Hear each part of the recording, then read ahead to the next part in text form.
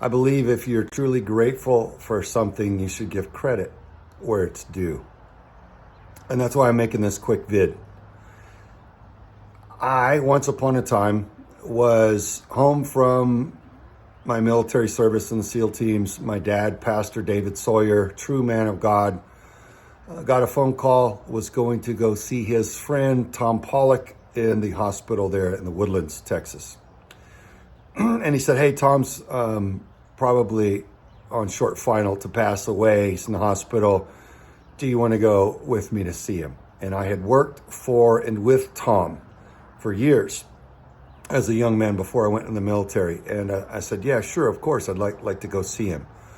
Well, when we got there, Tom was unresponsive, and Dad went, we went into the room, and Dad spoke to him. Tom didn't respond, and my dad went straight to Tom's ear and grabbed Tom's hand and started talking into Tom's ear. I couldn't hear exactly what Dad was saying, but obviously he'd worked out a squeeze code with Tom, and immediately, it took seconds. And because my dad had done this a lot in hospitals all over as a pastor and minister, and he'd gotten good at it, like you get good at things if you do it enough. And Dad turned to me and said, hey, Tom, he can hear us. He can hear me. And Dad just started praying over his friend in a beautiful, powerful way that you would want someone, a true man of God, to pray over you as you are fading and ready to pass away within hours. And so, Dad knew that the last thing to go is the hearing. So many, before they pass, they could still hear, even though they're not verbally or physically responsive. And Dad knew that clearly. And so he was praying over Tom so beautifully, and I was moved by it because of the sincerity and their long time friendship. And Dad just turned to me and said, hey, would you like to say something, over him? And, for the life of me, I felt unprepared.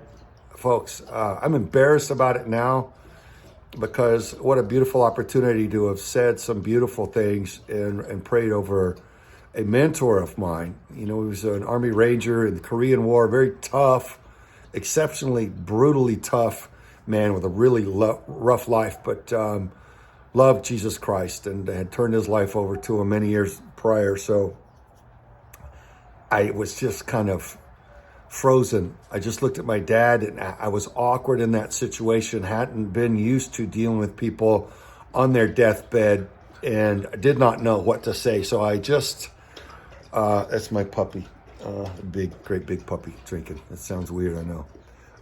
He's beautiful. Anyway, I didn't know what to say, and I was trying to find the words, and I ended up just shrugging to my dad. I'm like, I don't know what to say right now. And Dad smiled. He's very gracious, and he goes, yeah. And he turned back to Tom and continued blessing his friend. And then we went home, and I believe Tom passed later that night or the next day, but it was soon. And I just look back on that. I'm like, man, for all my training, all my warriorhood, all the things that I was prepared to do in life and death situations, I wasn't comfortable dealing with the spiritual side of death yet. And how tragic that any man not be developed in the spiritual realm of who we are, spiritual aspect of who we are.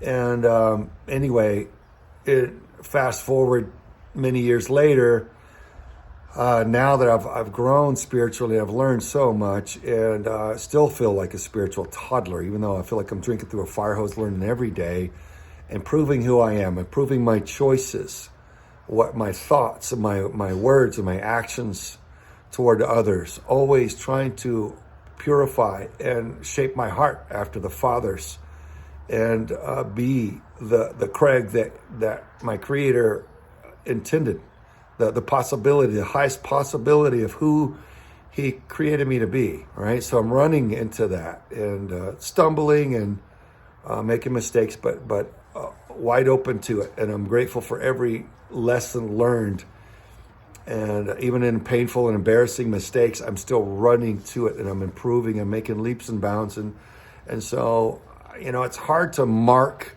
your progress in that aspect, because there's a lot of humility that's dialed into it, that's needed, that's beautiful, and it's empowering, it's powerful. And the profound lessons, the wisdom that comes, it causes me to learn just how unwise I had been prior to each lesson. So in this process, I'm just trying to stay small and accept the lessons and be grateful and grow into it. And I was just praying this morning as I was reading my Bible outside. It's a Sunday morning here. And I was remembering a couple months ago, a friend of mine reached out to me and texted me and said, hey, just left my brother in the hospital. He's dying. And if you would, just pray over him, because he's going to be gone soon. And I texted him right back, and I said, well, are you with him? Can you put the phone to his ear? Because, folks, it came to me. I felt this strong urge to get him on the phone and just pour love into him. And I didn't know his brother. But all I can tell you is the urge was overwhelming. But in a beautiful, positive way. And so he says, well, I've left him his, hours ago this morning. And so it was on my heart to ask you to pray for him. So he goes, so I'm not with him. I said, well, can you get him on the phone? Can he still speak? He goes, I don't know, but I believe he can. And certainly he can hear. So I'm going to see if I can get him on. And because he thinks so highly of you, Craig. And it's just humbling. So anyway, he called him and he patched me in for a 3-way call. And he said, hey, brother, I got Craig Sawyer himself on the phone, talking about me like I was somebody. And his brother apparently follows what I do and has, anyway, been supportive. And so I just said what was on my heart, I felt was just being poured into me, as a way of what I felt like it was me being able to be the vessel, if that makes any sense, that God wanted to use to speak the words out loud that he needed to hear. So it's like God was loving on him through me, someone I didn't even know. And I was just determined to be obedient and be that vessel. And all I can tell you is that the words weren't mine. I'm not clever enough. I'm not that graceful. A lot of times when it's me, I'll botch it. But this was pure. It was love. It was truth. And it blessed him apparently very deeply, as his brother. And his brother just called me and said, let me just tell you how much that meant to me and how much that meant to my brother. I can't express it. And I thought, man, all of the credit, all of the glory has to go to the Father, because this was all his. It's all his. Everything is his.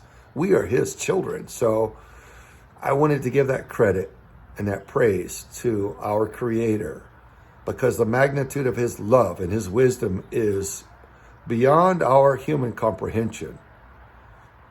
And I wanted to give that credit and that testimony, that praise report, that, man, when I've been obedient and made the call, or given the love, or done the thing that he puts on my heart to do, he blesses it in a way that is so far beyond what I have been able to accomplish in my life, in my own power, my own means, when I think it's all me. And what I'm realizing is none of it's me. When I get in the way, the wheels come off the bus. And when I'm humble and obedient and I listen and I do what the Creator puts on my heart to do, when I let him drive, so to speak, it's beautiful and it's glorious. And I just want to share that in case you want to open up to him in your own life and let him flow through you and bless others through you as his instrument, as his vessel. It's glorious and it's beautiful, and it blesses the socks off of me in addition to those who he wants to love on through us. So I encourage you to explore that and open that in your own life. That's what it's intended. It's in our DNA to know him and to walk with him.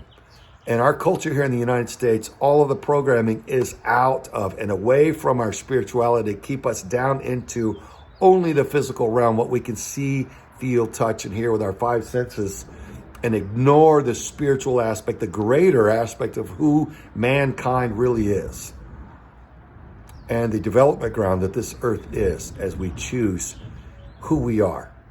And we experiment and we learn in this cause and effect environment on earth to see what happens when we choose the Creator's way or we choose our own way, which ends up in sickness and death. And we listen to the fallen who drive us into destruction. So I wanted to share that. It fell on me this morning as such a beautiful understanding and recognition of the improvement of what God's doing in my life. And, when you love people, you want good things for them. And so when I find good things, I try to share it. So this is me sharing that you may have it too in your life. Blessings to you all. And if you experience some of this, if you open to it and it starts blessing you, do let me know, so that I know that the message is getting out and that it's resonating. So God bless you, and we'll see each of you out there soon, I hope. And until then, stay safe.